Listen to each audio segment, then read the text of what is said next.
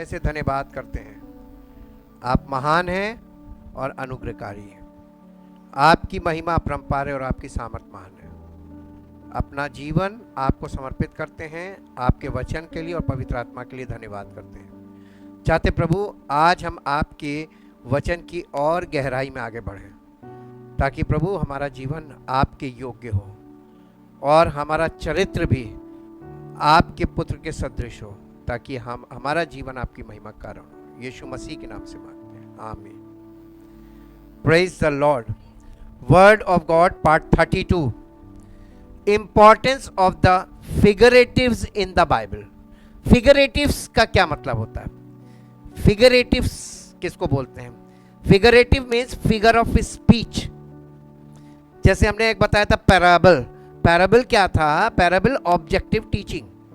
फिगरेटिव्स का इस्तेमाल पैराबल्स में ही किया जाता है। This is also type of parable. हाँ, ये इसमें ये वाले पॉइंट्स आते हैं। In figurative is specially helpful when dealing with abstract concept. Abstract concept का मतलब, एब्स्ट्रैक्ट का मतलब होता है विचार या कल्पना मात्र। आपके पास एक कल्पना है, एक विचार है, अदृश्य चीज है। और कॉन्सेप्ट का मतलब होता है सिद्धांत। ठीक, विचार, वैचारिक सिद्धांत या काल्पनिक सिद्धांत, उसको हम कहेंगे एब्स्ट्रैक्ट कॉन्सेप्ट। ये है। और things that can not be seen, यानी जिस चीज को हम देख नहीं सकते और सिद्धांत के रूप में हमको रखी गई है वो चीज, तो हमको उस चीज के लिए जो चीज सामने रख के बताई जा रही है वो फिगरेटिव होती है। एग्जाम्पल, जैसे परमेश्वर प्रेम है।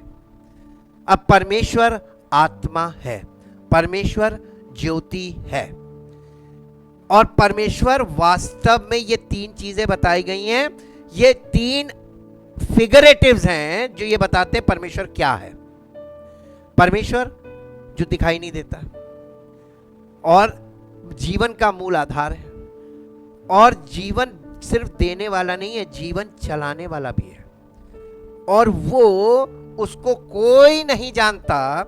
लेकिन जब हम परमेश्वर के वचन में जाते हैं तो परमेश्वर का वचन हमें फिगरेटिव्स देता है परमेश्वर को जानने के लिए, कि हम इस बात को समझे कि परमेश्वर कौन है। पहला यूहन्ना 4 अध्याय का 8 पद पढ़िए। जो प्रेम नहीं रखता, जो प्रेम नहीं रखता वो परमेश्वर को नहीं जानता, वो परमेश्वर को नहीं जानता, क्योंकि परमेश्वर प्रेम है। क्योंकि परमेश्वर प्रेम है। अब आप देखिए फिगरेटिव क्या है? नहीं, फिगरेटिव क्या है? प्रेम। अब परमेश्वर क्या है? प्रेम। तो ये जो प्रेम है ये फिगरेटिव है, जो ये बता रहा है कि परमेश्वर ये है। आप और हम परमेश्वर को नहीं देख सकते हैं ऐसे आंखों से, लेकिन अगर हम प्रेम को देखते हैं तो हमने किसको देखा? इंग्लिश में पढ़ दो बेटा इसी को। He who does not love has not become acquainted with God, does not and never did know him, or for God is love. परमेश्वर को वो व्यक्ति बिल्कुल नहीं जानता जो प्रेम नहीं रखता। आप ये बताइए कि आज के युग में प्रेम कौन रखता है? सब स्वार्थी प्यार है। यहां पे जिस प्रेम की बात की जा रही, परमेश्वरीय प्रेम यानी निस्वार्थ प्रेम। आज कौन निस्वार्थ प्रेम रखता है? तो इसका मतलब आज परमेश्वर कहीं है नहीं। सब जगह स्वार्थी प्रेम है, और स्वार्थी प्रेम का मतलब मानव का मतलब का प्रेम, इसका मतलब परमेश्वर नहीं है। हर व्यक्ति उस व्यक्ति से प्यार करेगा जिससे उसको लाभ मिलेगा, है ना? जैसे दुकानदार कस्टमर से प्यार करेगा, जिसको जिससे लाभ मिलना है उसको वो प्यार करेगा। ये प्यार परमेश्वरीय प्रेम नहीं है, ये स्वार्थी प्रेम है। ठीक, इसके बाद दूसरा, पहला यूहन्ना 1 अध्याय 5 पद। इसी कारण तुम सब प्रकार का यत्न करके अपने विश्वास पर सद्गुण नहीं बेटा, पहला यूहन्ना उसका पहला अध्याय और उसका 5 पद। पहला यूहन्ना पहला अध्याय 5 पद। जो समाचार हमने उससे सुना और तुम्हें सुनाते हैं वो ये है कि परमेश्वर ज्योति है और उसमें कुछ भी अंधकार नहीं। परमेश्वर क्या है? अब इसमें फिगरेटिव क्या है? अगर आपको परमेश्वर को समझना है कि परमेश्वर क्या है तो आप फिगरेटिव पे जाइए, ज्योति। और आपको मालूम है ज्योति क्या करती है? लाइट क्या करती है? Light always dominate on darkness, यानी अंधकार पे राज्य करती है। जब ज्योति आती है तो अंधकार भागता है। तो परमेश्वर जहां जहां परमेश्वर की उपस्थिति होगी वहां अंधकार नहीं होगा। तभी तो यीशु मसीह ने कहा था जो कोई मुझ पर विश्वास करेगा वो अंधकार में नहीं चलेगा परंतु जीवन की ज्योति पाएगा। तो ज्योति कहां है? लाइट। अब एक और पद पढ़ दीजिए जो आपको मिलेगा, यूहन्ना रचित सुसमाचार 4 अध्याय का 24 पद। परमेश्वर आत्मा है और अवश्य है कि उसकी आराधना करने वाले आत्मा और सच्चाई से आराधना करें। शारीरिक नहीं, शारीरिक आराधना सब जगह हो रही, आत्मा और सच्चाई से उसकी आराधना करें। हाँ, यहां पर इंग्लिश में बेटा पढ़ना। God is a spirit, a spiritual being, and those who worship him must worship him in spirit and in truth. by spirit नहीं लिखा है, in spirit. आत्मा के द्वारा आराधना नहीं कर रही है, आत्मा में आराधना करनी है। और ये बहुत बड़ी डिफरेंस है। जब हमारा जीवन परमेश्वर की आत्मा के साथ जुड़ा होगा, क्योंकि लिखा है जो कोई परमेश्वर के साथ संगति करता है उसके साथ एक आत्मा हो जाता है। तो जब हम उसके साथ वन इन स्पिरिट होंगे, इसको कहते हैं इन स्पिरिट, इन क्राइस्ट, तब हम आत्मिक आराधना करेंगे। इसीलिए लिखा है कि आत्मा में और सच्चाई में, in spirit and in truth, सत्य में उसकी आराधना करें। और इसीलिए ये 3 पॉइंट अगर आप बहुत ध्यान से सोचें तो परमेश्वर को आप देखने पाएंगे। परमेश्वर प्रेम है और प्रेम अगर है तो परमेश्वर है ना। तो परमेश्वर की ये फिगरेटिव हमको दिखाते हैं कि वो किस रूप में है। ठीक, इसके बाद figurative language in the Bible, यानी बाइबल में बहुत बड़ी मात्रा में फिगरेटिव लैंग्वेज है। ये फिगरेटिव लैंग्वेज हमको कुछ दिखाया जाता है और उसके साथ उसको बताया जाता है कि ये चीज ये है। कंपैरेटिव भी होती है और रूपक के तौर पे भी होती है, अलंकार के रूप में भी होती है, कई प्रकार से। The figurative language in the Bible, there are different types of figurative language used in the Bible. यहाँ बाइबल में कई प्रकार की फिगरेटिव लैंग्वेजेस है। क्यों ये पुस्तक कठिन है? भाषा पढ़ना बहुत आसान है, कहां पे क्या है, कहां कैसे अंडरस्टैंड करना है जी। तो अब थोड़ा सा आप लोगों के साथ इसलिए ताकि आप इसको हल्के में कभी ना लें और इसका दुरुपयोग नहीं करना चाहिए, क्योंकि जिस चीज की आपको पूरी समझ नहीं है उस चीज को आप कॉन्फिडेंटली यूज नहीं कर सकते। और जब तक आप कॉन्फिडेंट नहीं हैं तब तक आप शक में होंगे और अविश्वास में होंगे और आप सोचेंगे मैं विश्वास कर रहा हूं, कॉन्फिडेंट नहीं है जी। पहला नंबर 1 मेटाफोर। फिगरेटिव में सबसे पहला पॉइंट है मेटाफोर। मेटाफोर का मतलब होता है Jesus tells his followers that they are the salt of the earth. यीशु मसीह ने अपने जो उसको फॉलो करते थे अपने चेलों से कहा कि तुम पृथ्वी का नमक हो। अब इसमें देखिए, दिस इज अ मेटाफोर। इसमें मेटाफोर क्या है? Salt. Salt is the metaphor. इसमें नमक क्या है? वो है मेटाफोर। ठीक, तुम पृथ्वी का नमक हो।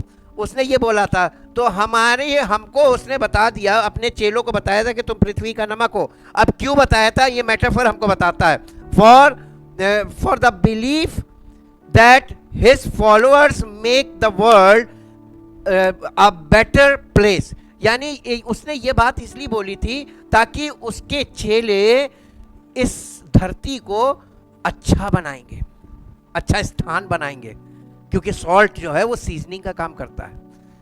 आप सारे महंगे महंगे मसाले उसमें डाल दीजिए और नमक भूल जाइए, आपकी पूरी रेसिपी फेल हो जाएगी। और सबसे सस्ता और सबसे इजीली अवेलेबल चीज है नमक। उसकी कितनी इंपॉर्टेंस है।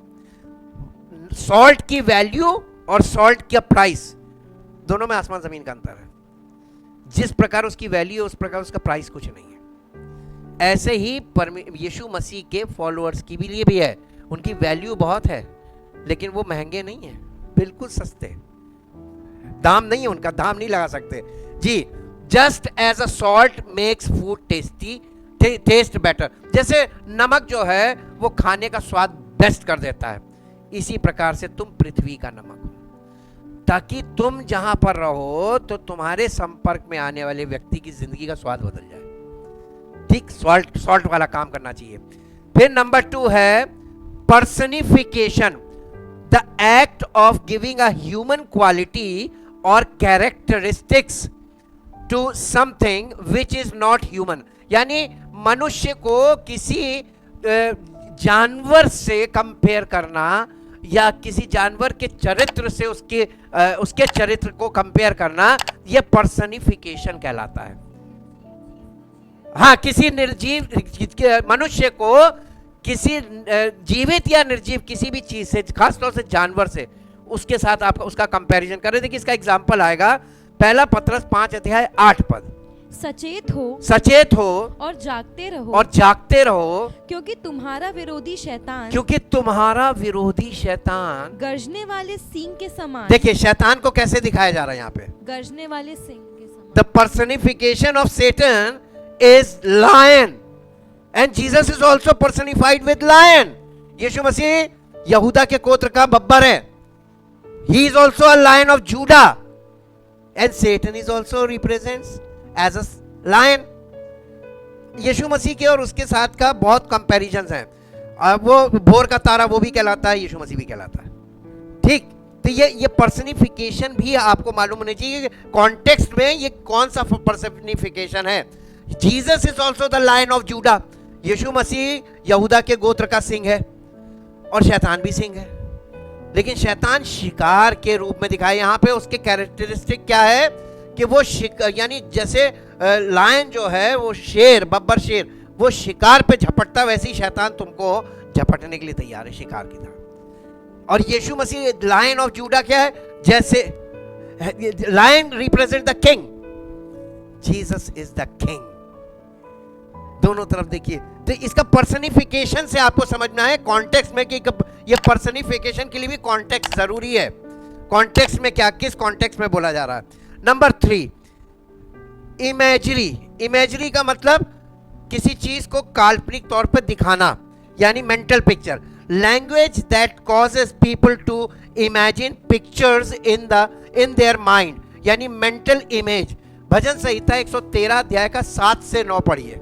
वो कंगाल को मिट्टी पर से और दरिद्र को घूरे पर से उठाकर ऊंचा करता है कि उसको प्रधानों के संग अर्थात अपनी प्रजा के प्रधानों के संग बैठाए। वो बांझ को घर में लड़कों की आनंद करने वाली माता बनाता है। यहाँ की स्तुति करो। इंग्लिश में भी पढ़ दो बेटा। Who is like the Lord our God who has his seat on high who humbles himself to regard the heavens and the earth. The Lord raises the poor ये पिक्चर है, ये Lord raises the poor out of the dust and lifts the needy from the ash heap and the dunghill that he may seat them with princes even with the princes of his people. He makes the barren woman to be a homemaker and a joyful mother of spiritual children. Praise the Lord. Hallelujah. ये देखिए, इसमें imagery आया ना, आपको ये बताया जा रहा है कि परमेश्वर आपको कहां से उठा सकता है और कहां से उठा के कहां बिठा देता है। ये आपकी मेंटल इमेज दे रहा है कि परमेश्वर क्या कर सकता है हमारे साथ। ठीक, ये आ जाता है इमेजरी में। इसके बाद है, in understanding the Bible is not to prefer either literal meanings और फिगरेटिव मीनिंग्स। यानी बाइबल को पढ़ते समय आपके साथ एक समस्या होगी, आपको लगेगा कि लिटरल भी मानना है, लिटरल मानना है कि इसको फिगरेटिव मानना है। ये एक आएगा आगे, और यहां पे आपको कोई टीच नहीं कर पाएगा। आप कहीं से भी बाइबल की ट्रेनिंग ले लीजिए, ट्रेनिंग यहां पे फेल है। मालूम क्यों फेल है? बिना पवित्र आत्मा के आपको कभी नहीं पता चलेगा कि हमें कहां पर लिटरल इसको समझना है और कहां पर फिगरेटिव है, और फिगरेटिव की क्या मीनिंग है और लिटरल की क्या मीनिंग है। अब आप देखिए इसका नेक्स्ट पॉइंट, इसके बाद लिखा है, it is to understand what God intended the words to mean. यानी ये परमेश्वर के ऊपर निर्भर करता है कि कहां से कहां किस बात का क्या मतलब है उसके वचन में। और परमेश्वर आत्मा है, तो बिना पवित्र आत्मा के आपको कैसे पता चलेगा कि परमेश्वर का यहाँ पे क्या उद्देश्य है।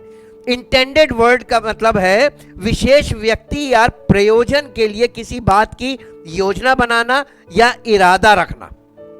परमेश्वर का इरादा क्या है और आप किस इरादे से उस बात को पढ़ रहे हैं। आपका पढ़ने का इरादा क्या है, परमेश्वर आपके इरादे को देखेगा, और अगर पवित्र आत्मा के अकॉर्डिंग आप सुनेंगे तो पवित्र आत्मा की बात, इसीलिए बोला गया है कि पवित्र आत्मा के द्वारा जो वचन आपको मिलता है उसे ग्रहण करो, क्योंकि वहां आपकी इच्छा नहीं, वो परमेश्वर की इच्छा से दिया हुआ वचन है। तो आपके अंदर परमेश्वर की इच्छा और योजना जाती है, लेकिन जब आप अपनी इच्छा और योजना से इसको पढ़ते हैं तो आप अपने इरादे से पढ़ रहे हैं ना, इसलिए वहां पर आप इस पॉइंट पे आके फेल हो जाएंगे। ये क्योंकि परमेश्वर की इच्छा और योजना में काम करेगा। समटाइम्स गॉड इंटेंडेड अ लिटरल मीनिंग, क्योंकि देखिए अब इसका राज ये है, क्योंकि कई जगह परमेश्वर की ये एक योजना है और उसका उद्देश्य है कि वहां पर लिटरल आपको समझ में आए, तो आप वहां पे लिटरल लेना है। तो ये आपको कौन बताएगा कि कहां लिटरल लेना है? पवित्र आत्मा के बिना कभी समझ में आएगा। इसके बाद आगे देखिए, literal meaning, sometimes a figurative meaning, और कई बार परमेश्वर का आत्मा आपको गाइड करेगा, नहीं यहाँ फिगरेटिव है, इस फिगरेटिव को पर जाओ, ये फिगरेटिव तुम्हारे लिए इंपॉर्टेंट है। कई बार लिटरल पे आपको ले जाएगा, कई बार फिगरेटिव पे ले जाएगा, तो दोनों इंपॉर्टेंट है, और ये वचन दोनों बातों से भरा हुआ है। अब देखिए इसके इंटरप्रिटेशन में ये, एंड ओकेजनली बोथ, और कभी कभी परमेश्वर का आत्मा आपको कहेगा कि दोनों जरूरी, दोनों को एक साथ एक्सेप्ट करो, यानी लिटरल भी लो और फिगरेटिव भी लो, कॉम्बिनेशन में आ गया। तो ये आके बोथ जब आया तो कॉम्बिनेशन हो गया। हमने आपको पहले बताया था कॉम्बिनेशंस का ध्यान रखिएगा, जब कॉम्बिनेशन में बात होती है तो कॉम्बिनेशन का भी मत वो करिएगा।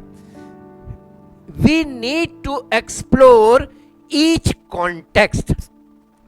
सबसे ज्यादा जरूरी मालूम क्या है? कॉन्टेक्स्ट को कभी मत छोड़ना, संदर्भ से बाहर मत जाना। जिस जगह तुम पढ़ रहे हो उसी में सब कुछ तुमको मिलेगा, कॉन्टेक्स्ट में रहना। एक्सप्लोर का मतलब होता है, एक्सप्लोर का मतलब है कि टू इन्वेस्टिगेट, स्टडी और एनालाइज। एक्सप्लोर का मतलब जहां पर तुमको लगे कि ये कॉन्टेक्स्ट को तुमको स्टडी करना है और उसको एनालाइज करना है और उसको इन्वेस्टिगेट करना है, ये रिसर्च वाला पार्ट है। अब जिसके पास समय होगा और पवित्र आत्मा की ओर से, पवित्र आत्मा के साथ वो बैठकर ये काम कर सकता तो करे, वरना परमेश्वर आपको इसके लिए भी सपोर्ट कर रहा है सेवक के द्वारा। आप उस चीज को खुद दिए हुए पॉइंट को तो स्टडी कर सकते हैं ना जी। कॉन्टेक्स्ट को मत छोड़िएगा। इसके लिए मैं आपको एक एग्जाम्पल बता दूं। मेरे साथ निकालिए यूहन्ना रचित सुसमाचार चैप्टर 6। चैप्टर 6 में एक अध्याय से एक पद से 16 पद तक पढ़िएगा नहीं। वहां पर 5000 को यीशु मसीह ने रोटी और मछली खिलाई। 5 रोटी और 2 मछली से 5000 को खिलाया। यस, ये फिजिकल फूड था। यीशु मसीह ने उनको फिजिकल फूड प्रोवाइड किया। सिर्फ ये एक इस आश्चर्य कर्म में कुछ नहीं था। इस आश्चर्य कर्म में ये था कि यीशु मसीह जिस प्रकार तुमको फिजिकली तृप्त कर सकता है, केवल वही है जो तुमको स्पिरिचुअली तृप्त करेगा। और इसी 6 अध्याय का 35 पद पढ़िए। यीशु ने उनसे कहा, जीवन की रोटी मैं हूं। अब यहाँ पर यीशु मसीह कैसे बात कर रहा है? ये लिटरल है कि फिगरेटिव है? लेकिन मालूम है आपको, जब आप एक से उधर पढ़ेंगे 5000 को खिलाया तो वो लिटरल था। ठीक, लिटरल से आप आ गए फिगरेटिव पे। यीशु मसीह का जीवन की रोटी मैं हूं।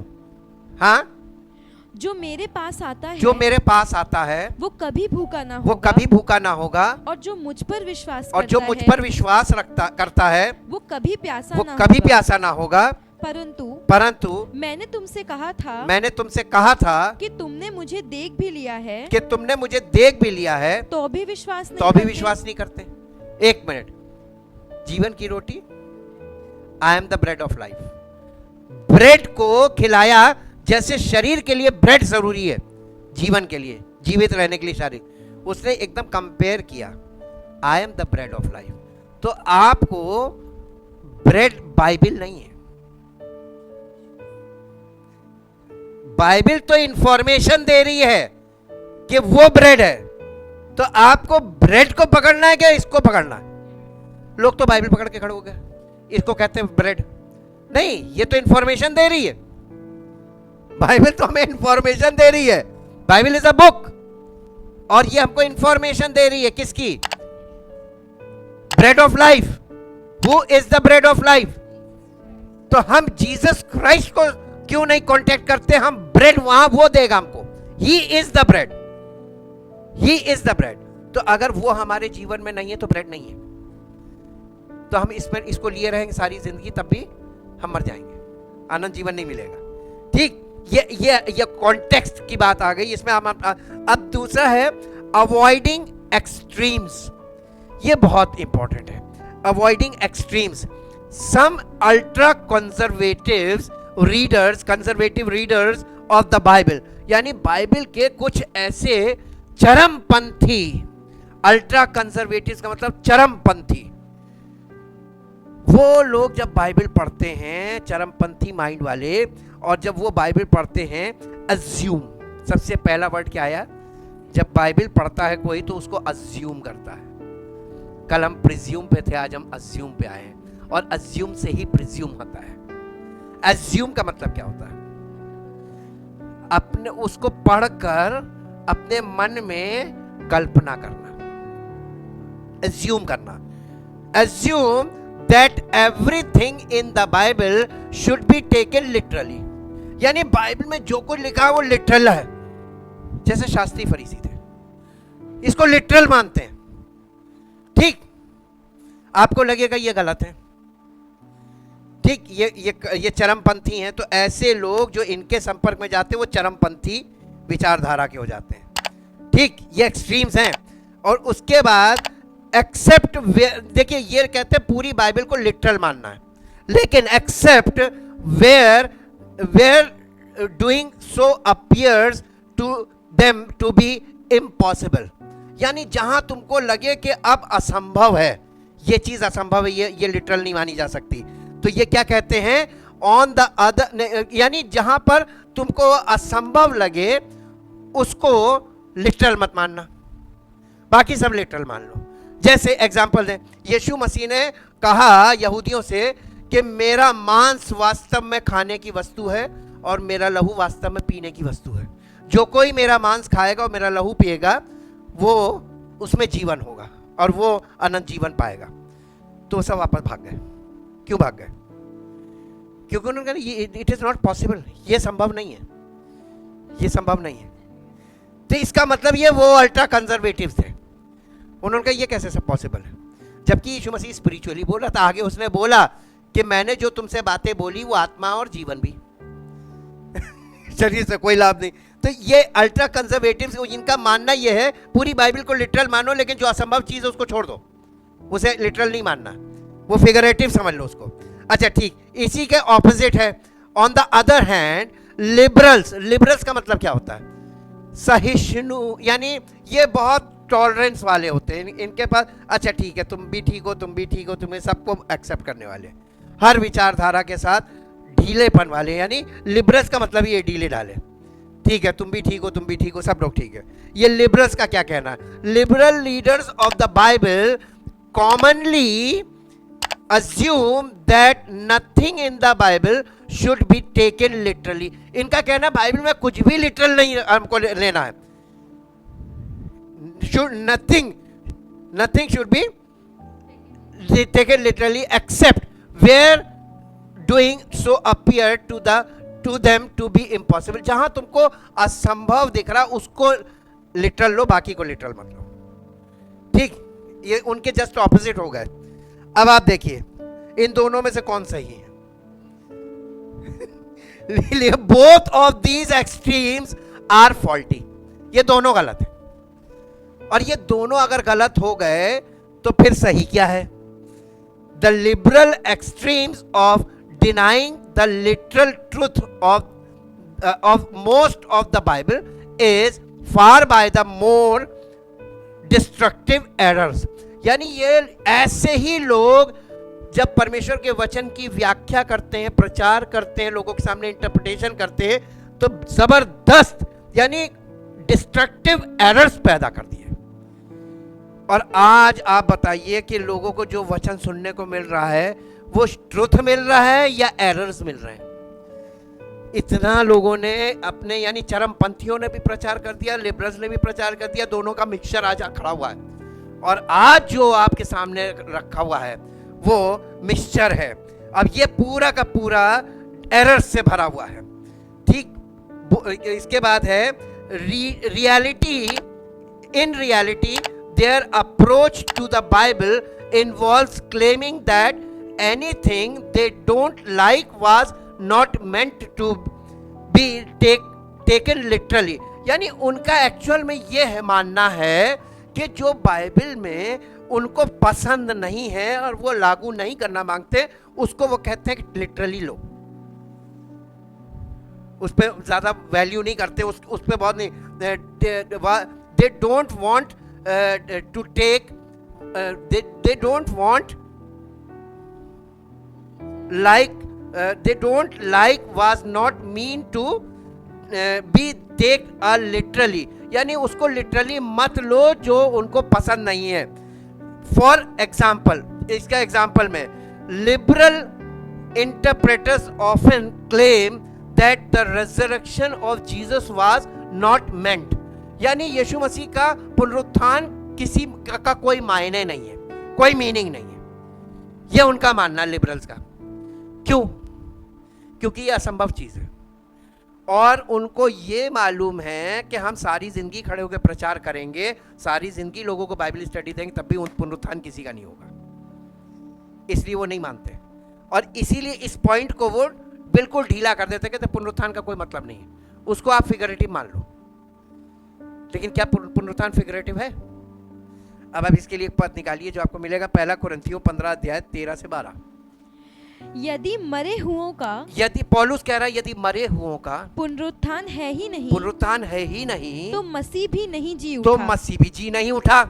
और यदि मसीह जी नहीं उठा, और यदि मसीह जी नहीं उठा, तो हमारा प्रचार करना भी तो व्यर्थ हमारा है, प्रचार करना भी व्यर्थ है, व्यर्थ है, और तुम्हारा विश्वास और भी व्यर्थ तुम्हारा है, विश्वास भी व्यर्थ है। वरन वरन हम परमेश्वर के झूठे गवाह ठहरे, वरन हम परमेश्वर के झूठे गवाह ठहरे, क्योंकि हमने परमेश्वर के विषय में क्योंकि हमने परमेश्वर के विषय में ये गवाही दी कि उसने मसीह को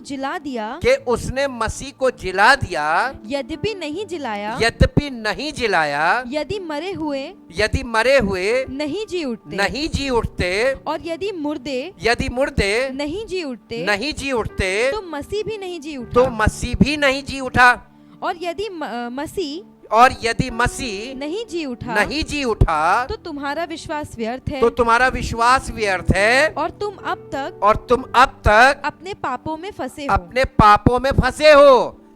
इसका मतलब जिसके पाप क्षमा नहीं हुए उसका पुनरुत्थान हो नहीं सकता। अब लोगों को पुनरुत्थान क्यों नहीं मिल सकता? अब पाप क्षमा कौन करेगा? आपको मालूम है, ये कहकर कि ये इस धारणा को रख के कि उस पुनरुत्थान को फिगरेटिव ले लो, पुनरुत्थान पॉसिबल नहीं है, ये वो लोग हैं जो शुरू से यीशु मसीह के जी उठने का विरोध करते आए और शुरू से सुसमाचार का विरोध हुआ है। और इसीलिए जैसे जैसे आज इस युग में आकर इस चीज को पूरा उन लोगों ने लागू कर लिया, किसी हद तक लोगों के माइंड में ये चीज है कि पुनरुत्थान, मरने के बाद पुनरुत्थान सोचते हैं फिजिकल डेथ के बाद, जबकि जीते जी पुनरुत्थान है। आपके प्राणों का पुनरुत्थान पहले होगा, फिर आपकी बॉडी का पुनरुत्थान होगा।